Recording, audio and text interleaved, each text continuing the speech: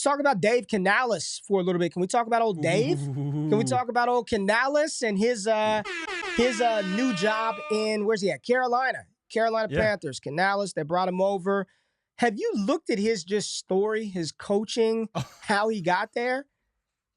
I thought you were going to say, have you looked at him? Because I was going to ask you, is he the best looking head coach in the NFL? He's handsome. There's no doubt. Yeah, he's a good looking man.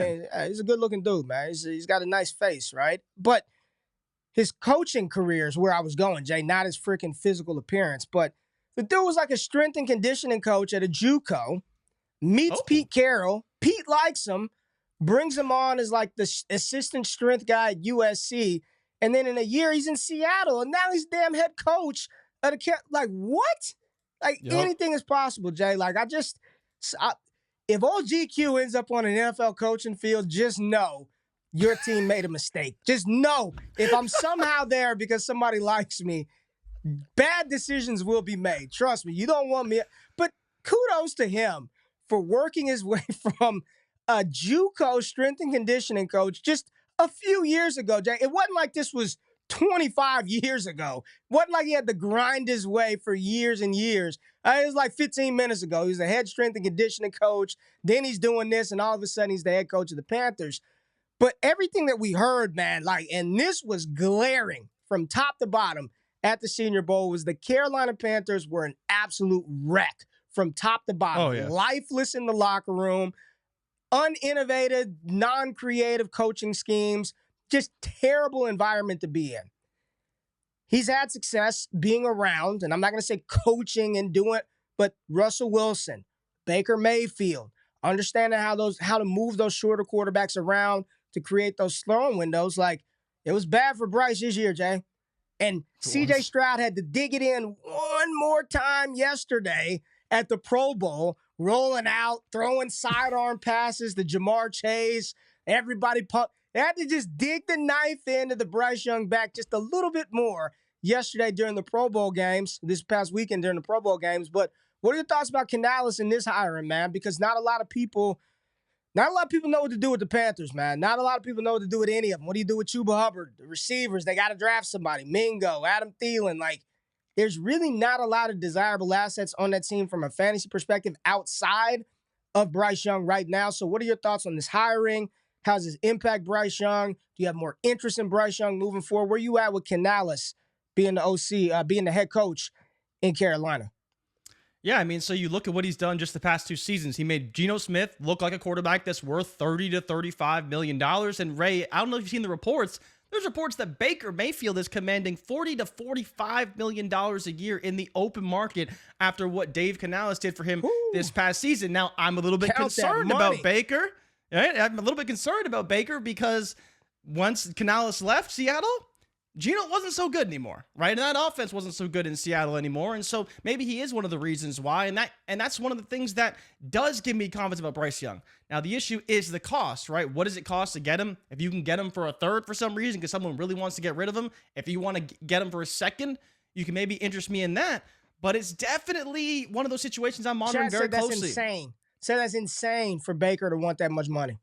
Didn't Baker throw for 4,300 yards and 40 touchdowns this season? Hey, man, he's a Pro Bowler. I mean, that's Pro Bowler. Pretty good. Hey, did you see Jalen Hurts in the accuracy competition? Did you see the clips? I did.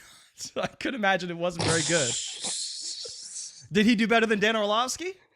I saw Dan. No. Dan was slinging it. Dan would have smoked Jalen Hurts. I mean, he was dirting the easy ones that are like the one pointers.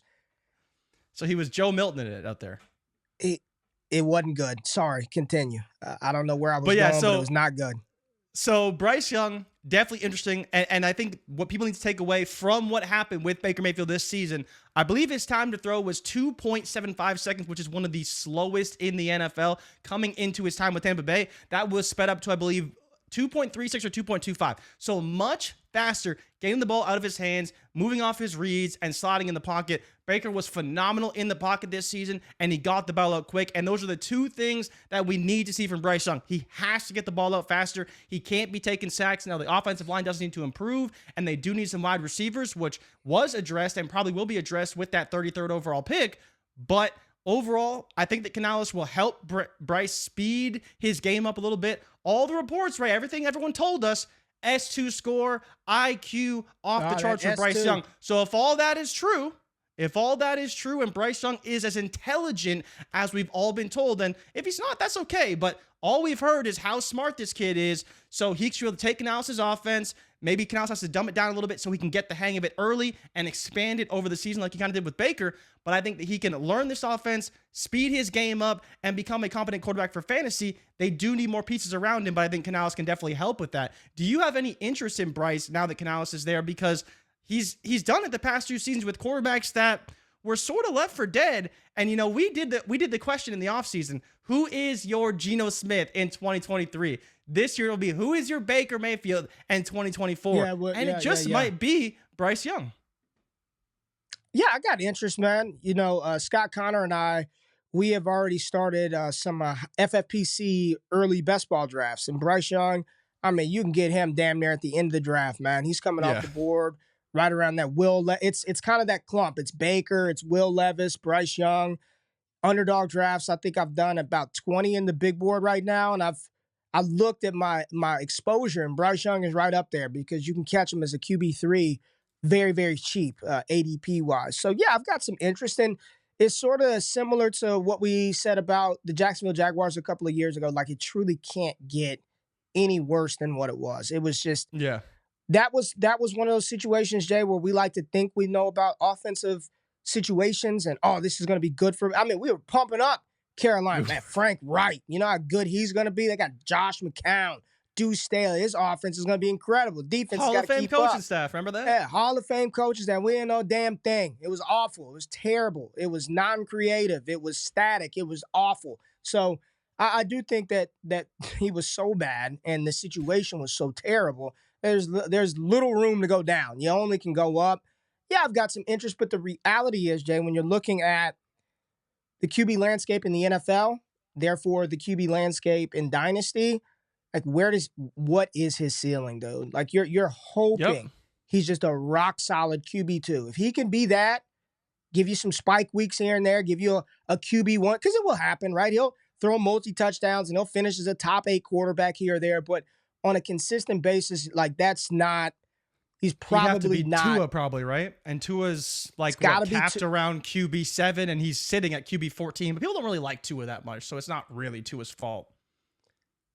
I think that's what you're looking at with Bryce. I think ultimately that's what you're looking at with Bryce. So am I interested? At cost, sure. Like I'll take him at cost, but I'm not out there, you know, going crazy that I have to have me some Bryce Young going into 20. QB17 on KTC, Jay. So not great. Who? It's still QB17? QB17. Watson behind him. So, right, here's a question for you. Bryce Young or Baker Mayfield for the next 2 seasons? Because I think that's interesting. You know, you look at Bryce and we expect development. He has Canales now. Baker's losing Canales. But, I mean, I think there is the Mike Evans factor of it all because Mike Evans could be going somewhere else and that could put Baker in a bit of a bind. But it's interesting. Would you take Bryce Young or Baker for 2 seasons? Is Baker still in Tampa Bay? We'll say he's in Tampa Bay. He's got he's got Godwin, no Evans. Godwin and I think I think Evans is probably gone. Okay. If you're telling me Baker's got that job for a year and a half, I probably would take Baker, dude. Like I probably would. At least I know Baker is sling it around, throw the ball, push the ball downfield. I probably would in a 2-year window. Yeah, like just for 2 years. Yeah, I probably would, Jay. Neither of them are going to be my QB 1 or 2. So, yeah, I'll rock with Baker in the 2-year window, man. I'll rock with Baker. So,